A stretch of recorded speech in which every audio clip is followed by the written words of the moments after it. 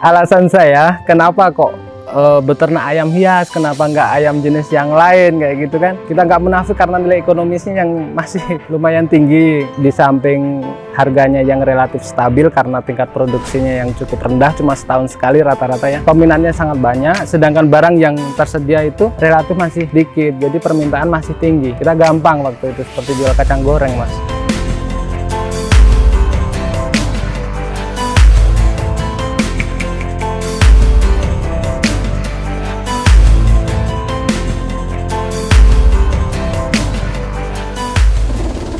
Baik, bismillahirrahmanirrahim. Assalamualaikum warahmatullahi wabarakatuh.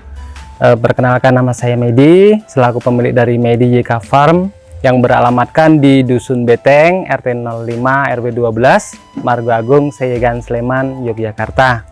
Nah, kebetulan pada kesempatan kali ini kami dikunjungi sama sahabat dari Seribu Mimpi. Terima kasih banyak sudah berkenan silaturahmi ke tempat kami. Kami bergerak dalam bidang peternakan unggas hias, ayam hias Pisan khususnya, dan spesies merak yang berasal dari India. Pavo cristatus adalah merak yang tidak dilindungi oleh undang-undang.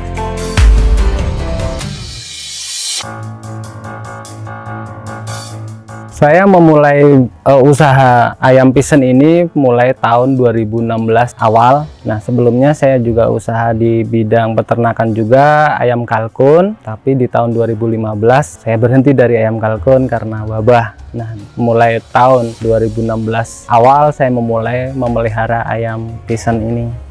Saya dulu berawal dari sepasang jenis Golden Pisan. Nah, dari hasil sepasang tersebut di tahun berikutnya sudah mulai produksi. Dari hasil produksi ayam Golden tersebut saya jual anakannya. Saya menambah jenis materi yang lain seperti Yellow Pisan, Lady Amherst Pisan, Silver Pisan, dan berbagai jenis Pisan yang tergolong rare item.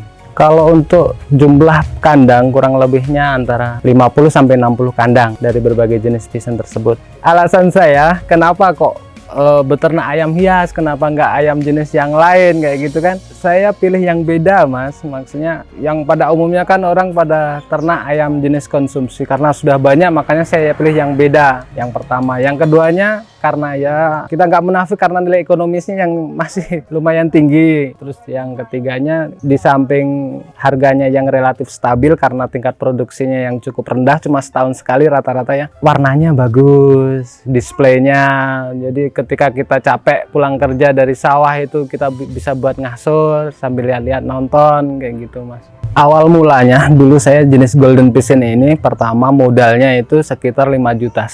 Itu waktu tahun 2016. Saya juga waktu itu nggak langsung cash, Mas. Saya kredit dari modal itu 500 dulu saya bayar, saya DP. Nah, ketika ayam sudah siap untuk dikirim baru saya lunasi.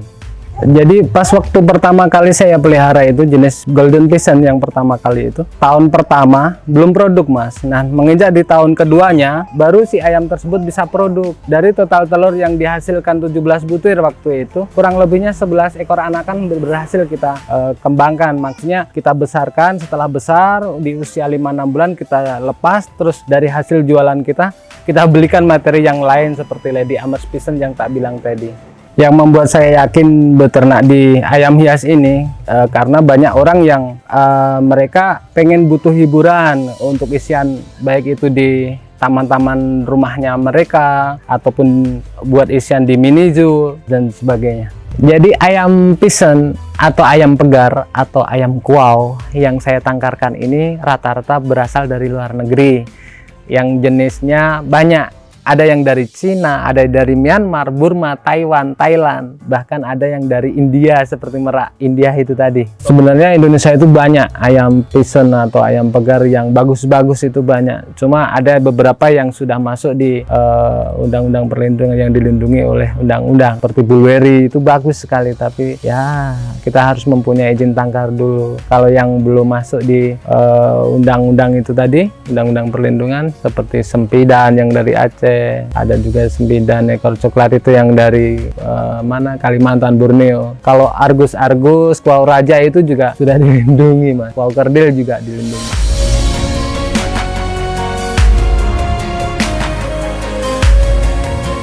Jadi banyak, tiap peternak pasti mempunyai lika-liku ya Mas. Ada plus minusnya di situ. Ada gagalnya, ada senangnya, pasti mengalami. Seperti halnya misalnya ketika kita memasukkan jenis atau materi yang baru ke kandang kita mesti kudu ekstra hati-hati di situ, mesti kudu ekstra dalam perawatan karena unggas hias yang kita tangkarkan di sini kan bukan endemik Indonesia. Jadi berasal dari luar negeri, sedangkan yang pertama unggas yang berasal dari luar negeri udah tentu beda, baik itu iklim cuacanya. Di sana rata-rata unggas tersebut beriklim subtropis seperti ada panas, dingin, semi gugur, sedangkan di Indonesia cuma ada 2 musim yaitu panas dan hujan. Nah di situ kita mesti kudu hati-hati. Pernah juga ketika kita memasukkan barang itu atau memasukkan materi baru beberapa minggu di kandang kita nasnya mati atau mengalami sakit. Sebelum kita beternak memelihara ayam hias, tentunya yang pertama yang mesti kudu kita siapkan kandangnya dulu. Setelah kandang selesai, kita adakan untuk pengadaannya ayam hiasnya tersebut. Dan yang nggak kalah penting, kita mesti kudu punya ilmunya, meskipun sedikit bisa kita banyak referensi ilmu tentang ini, bagaimana caranya memelihara ayam tersebut, baik itu di media sosial ataupun di para peternak yang lain. Untuk ayam hias tersebut, ayam hias pegar kan banyak jenis, banyak tanggapan yang mereka tahu ayam hias ini kan rata-rata hanya di YouTube. Misalnya ketika mereka lagi scrolling di YouTube, mereka tahu di situ, tapi secara langsung melihat langsung lewat mata sendiri itu jarang. Jadi menurut saya peluang atau prospek ayam hias tersebut masih sangat bagus. Kalau untuk perawatan serta pemeliharaannya hampir sama persis ya dengan unggas pada umumnya, baik pakannya ataupun kesehariannya itu hampir sama. Ayam pegar Pisen atau ayam kuau ini untuk berkembang biaknya dalam satu musim itu rata-rata 1 tahun sekali. Nah kebetulan di tempat saya ini ketika memasuki musim produk itu bebarengan dengan musim penghujan, bisa di awal ataupun di tengah musim penghujan ataupun di akhir musim penghujan. Untuk jumlah produksinya sebenarnya tiap jenis itu beda-beda. Misalnya kalau untuk jenis yang Golden Pisen, Yellow Pisen, lalu Lady Amherst Pisen dan Silver Pisen, seperti itu rata-rata satu betina itu mampu berproduksi rata-rata ini kurang ada lebihnya 10-15 butir, atau ketika dia asupan nutrisinya kejamin, genetiknya memang bagus, dia lebih dari 20 butir dalam satu musim produk itu. Nah nanti jumlah telur yang dihasilkan itu belum tentu semuanya menghasilkan anakan atau berembrio, tergantung pejantannya itu ngawin atau enggak. Tingkat fertilitas juga dipengaruhi sama si pejantan ini, Mas.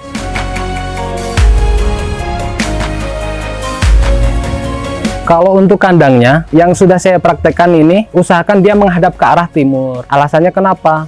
Kandang ke arah ke timur itu supaya sinar matahari pagi dia masuk ke area kandang. Nah, tujuannya sinar matahari pagi ini dia mampu untuk melemahkan virus ataupun bakteri dan untuk asupan vitamin D buat si ayam tersebut. Si ayam ini ketika mendapatkan sinar matahari pagi yang cukup, membuat warna bulunya lebih mengkilap. Seperti itu, Mas. Kalau idealnya memang dalam satu kandang dengan ukuran minimalis, misalnya ukuran kandang itu lebar muka depan 2 meter, lalu mundur ke belakangnya 3 meter dan tinggi 2,5 meter. Itu idealnya memang satu pasang, satu jantan, satu betina.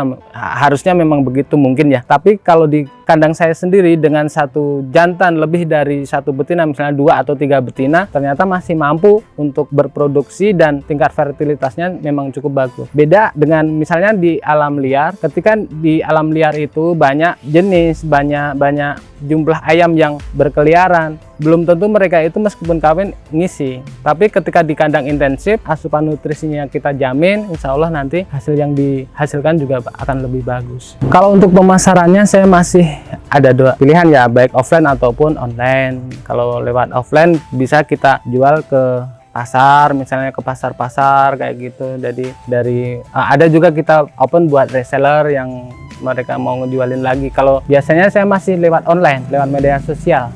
Waktu tahun pertama kita memiliki produk dari yang kita pelihara ini, belum merasakan kesusahan kita jualnya, karena waktu itu juga peminatnya sangat banyak, sedangkan barang yang tersedia itu relatif masih dikit, jadi permintaan masih tinggi. Kita gampang waktu itu seperti jual kacang goreng, Mas.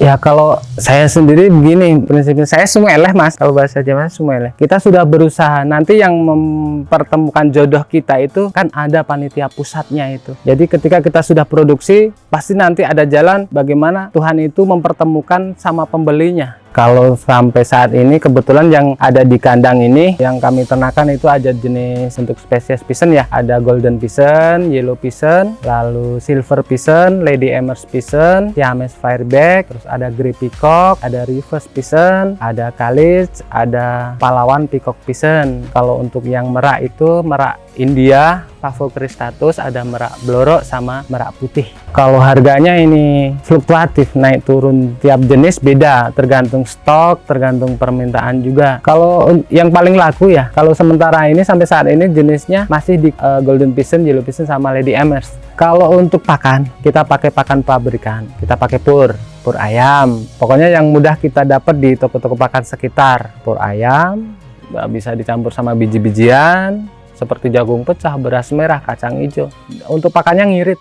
Kalau untuk penyakitnya sih rata-rata di saluran pernapasan mas. Dia karena mungkin penyebabnya bakteri Salmonella pullorum itu. Ya, penyebarannya bisa lewat air minum, feses, ataupun lewat udara. Kalau pengobatannya untuk jenis yang karena saluran pernapasan biasanya saya kasih antibiotik. Cuma dari tahun 2016 sampai sekarang ini yang masih hidup ini, yang di belakang ini. Dan ini paling penyakitnya cuma itu mas. Untuk kesehariannya saya membentuk ketahanan tubuh itu saya pakai herbal dalam bentuk probiotik. Awalnya dulu ketika saya memelihara jenis ayam ini, istri saya enggak boleh mas karena harganya mahal, nek mati piye gitu, terus liadol ke piye.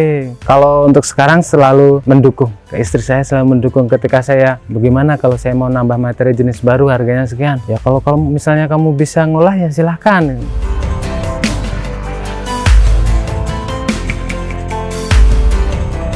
Kalau motivasi saya beternak ayam ini karena saya nggak punya kerjaan pokok sih mas, sebenarnya itu saya nggak punya kerjaan pokok ya, jadi saya milih ternak ini di samping saya suka, seneng, hobi, ternyata menghasilkan. Kalau harapan saya mudah-mudahan insya Allah Gusti Allah mengabulkan ya. Harapan saya ke depan saya sudah punya planning itu, saya mau bikin mini zoo itu supaya masyarakat sekitar itu bisa menikmati, bisa melihat langsung ayam hias ini yang mungkin mereka melihat cuma di gambar HP. Baik buat jenengan yang mau belajar ataupun mau memelihara spesies pigeon, silahkan monggo datang ke tempat kami atau silahkan monggo hubungi kontak kami di nomor 081 90 40 90 43 kali, atau silahkan datang langsung ke kandang kami yang beralamatkan di Dusun Beteng RT 05 RW 12 Margo Agung, Seyegan, Sleman, Yogyakarta. Buat para semua penghobi ayam hias yang ada di Indonesia, tetap semangat, jangan ngeluh-ngeluh, ojo kakan sahabat. Semoga peliharaan kita semua selalu dalam keadaan